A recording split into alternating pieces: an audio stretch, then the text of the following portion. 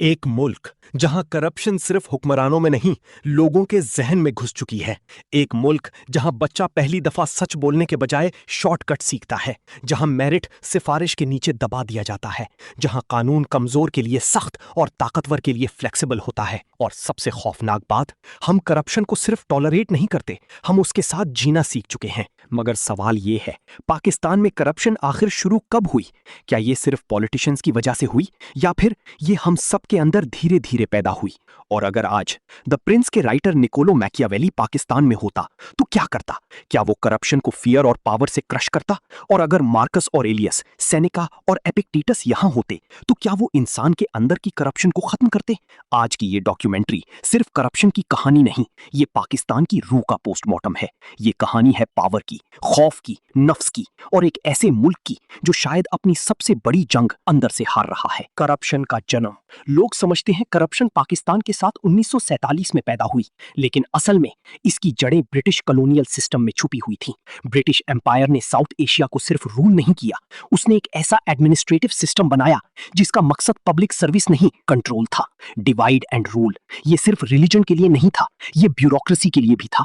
British officers loyal लोगों को rewards देते थे और बगावत करने वालों को डिस्ट्रॉय कर देते थे। सिस्टम मेरिट पर नहीं, लॉयल्टी पर चलता था, और यहीं से करप्शन का साइकोलॉजिकल डीएनए पैदा हुआ। 1947 के बाद पाकिस्तान आजाद तो हो गया, मगर सिस्टम आजाद नहीं हुआ। फाइल्स वहीं, ब्यूरोक्रेसी वहीं, कॉलोनियल माइंडसेट वहीं। सिर्फ गोरा ऑफिसर की जगह ब्राउन ऑफिसर आ गया। कानून अवाम की खिदमत के लिए नहीं, स्टेट कंट्रोल के लिए यूज होता रहा। पाकिस्तान में करप्शन सिर्फ पैसा चोरी करना नहीं, करप्शन एक माइंडसेट है, और इस माइंडसेट को सबसे ज्यादा फ्यूल किया फ्यूडल सिस्टम ने।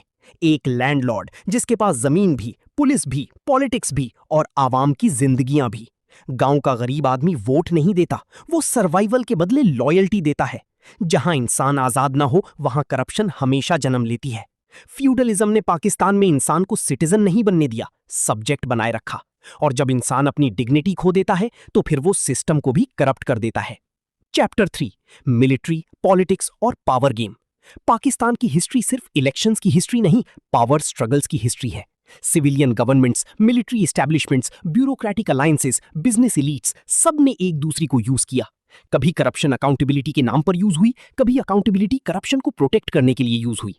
हर एरा में स्लोगन्स बदलते रहे, मगर सिस्टम का कोर सेम रहा, पावर, इन्फ्लुएंस, कंट्रोल। मकियावेली ने कहा था, the first method for estimating the intelligence of a ruler is to look at the men he has around him. और पाकिस्तान में हर पावरफुल इंसान के आसपास यस मैन का जंगल था। इंस्टीट्यूशंस वीक होते गए, पर्सनैलिटी स्ट्रांग होती गई, और जब इंस्टीट्यूशंस वीक हो जाएं तो करप्शन लॉ नहीं मानता, सिर्फ अपॉर्चुनिटी देखता है। चैप्टर 4, मीडिया, वॉचडॉग या सर्कस। मीडिया, जो डेमोक्रेसी का वॉचडॉग होना चाहिए था, कभी कभी एंटरटेनमेंट इंडस्ट्री बन गया। ब्रेकिंग न्यूज ने इन्वेस्टिगेशन को रिप्लेस कर दिया, ट्रूथ ने रेटिंग्स के सामने सरेंडर कर दिया। और सोशल मीडिया, उसने आवाम को आवाज भी दी और मैनिपुलेशन भी दी। Fake news, propaganda, character assassination, emotional outreach, सब कुछ वायरल होने लगा। आज करप्शन सिर्फ फाइल्स में नहीं, एल्गोरिदम्स में भी छुपी हुई है। यूथ इमोशनली एग्जॉस्टेड हो चुकी है।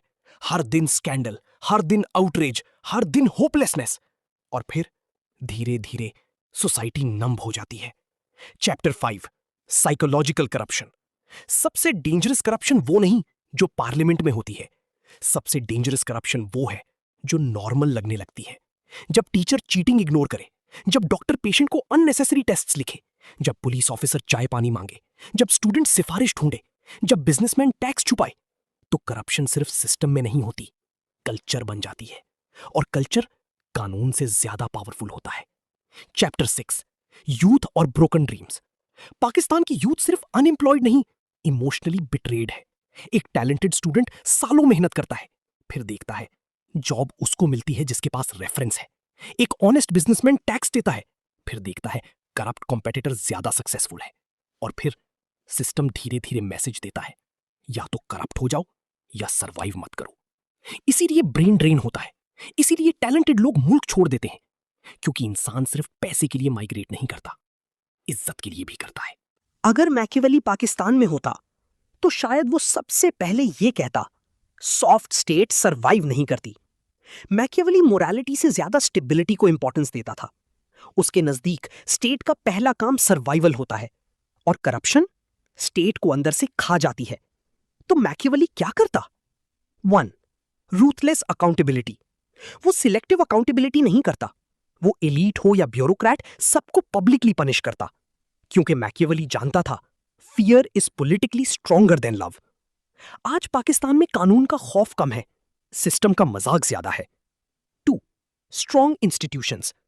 मैकियावेली पर्सनैलिटीज को नहीं, इंस्टीट्यूशंस को स्ट्रॉन्ग करता। Independent judiciary, fast courts, transparent taxation, digitised governance, no secret cows. 3. Elite control. वे ओलिगार्क्स और माफियाज को ब्रेक करता, क्योंकि जब वेल्थ और पावर कुछ लोगों में कॉन्सेंट्रेट हो जाए तो डेमोक्रेसी थिएटर बन जाती है। 4. National discipline. वो इमोशनल पॉलिटिक्स को रिड्यूस करता, स्टेट को आइडियोलॉजी से नहीं, एफिशिएंसी से चलाता। इमोशन से इलेक्शन जीते जा सकते हैं, मगर मुल्क नहीं चलाए जा सकते। चैप्टर 8। अगर स्टोइसिज्म पाकिस्तान में होता। लेकिन सिर्फ फियर से सोसाइटी सरवाइव तो कर सकती है, हील नहीं। यहां स्टोइसिज्म एंटर करता है। मार्कस ऑरेलियस कहता था, you have power over your mind, not outside events. Stoicism का फोकस सिस्टम से पहले इंसान पर होता है। अगर स्टोइक्स पाकिस्तान में होते तो वो सबसे पहले अवाम की कैरेक्टर बिल्डिंग करते। 1. Self discipline. करप्शन तब खत्म होती है जब इंसान वो काम भी सही करे जो कोई देख नहीं रहा। 2. सिंप्लिसिटी। स्टोइक्स ग्रीड को सोसाइटी की डिजीज समझते थे। आज का culture luxury worship, status obsession, comparison, और यही ग्रीड करप्शन को फ्यूल करती है। 3. Duty over ego. स्टोइसिज्म कहता, काम इज्जत के लिए करो, अपलॉस के लिए नहीं। इमेजिन करो, अगर जज प्रेशर से ना डरे, अगर जर्नलिस्ट पैसे पर ना बिके, अगर ऑफिसर लॉयल्टी को मेरिट पर सैक्रिफाइस ना करे, तो सिस्टम कितना डिफरेंट होता। 4. Emotional control.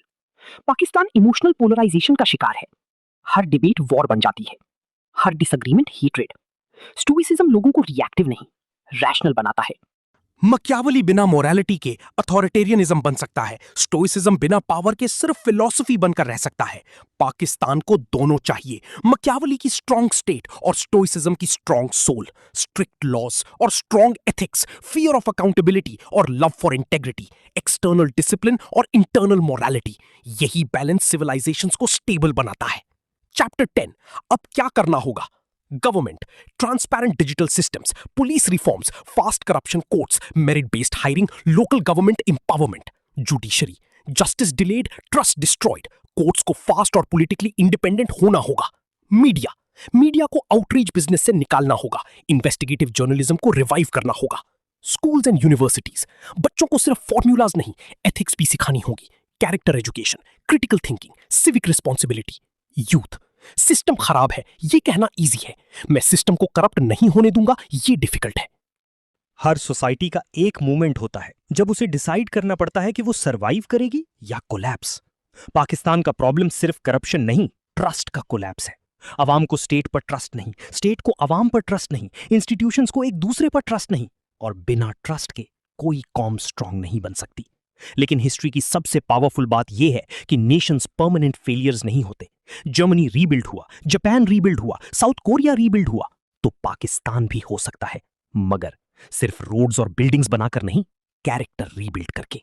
एक करप्ट सोसाइटी सिर्फ करप्ट लीडर्स पैदा नहीं करती, वो करप्ट ड्रीम्स भी पैदा करती है, और जब ड्रीम्स करप्ट हो जाएं, तो नेशंस धीरे धीरे अंदर से मरने लगते हैं। आज सवाल ये नहीं कि पाकिस्तान को किसने करप्ट किया, आज असल सवाल ये है, क्या पाकिस्तान खुद को बदलने के लिए रेडी है? क्योंकि मुल्क सिर्फ बॉर्डर से नहीं बनते, मुल्क कैरेक्टर से बनते हैं। पाकिस्तान को सिर्फ नई लीडर्स नहीं, नई प्रिंसिपल्स चाहिए। पावर बिना मोरालिटी जुल्म बन जाती है, मोरालिटी बिना पावर बेअसर हो जाती है। पाकिस्तान को दोनों चाहिए।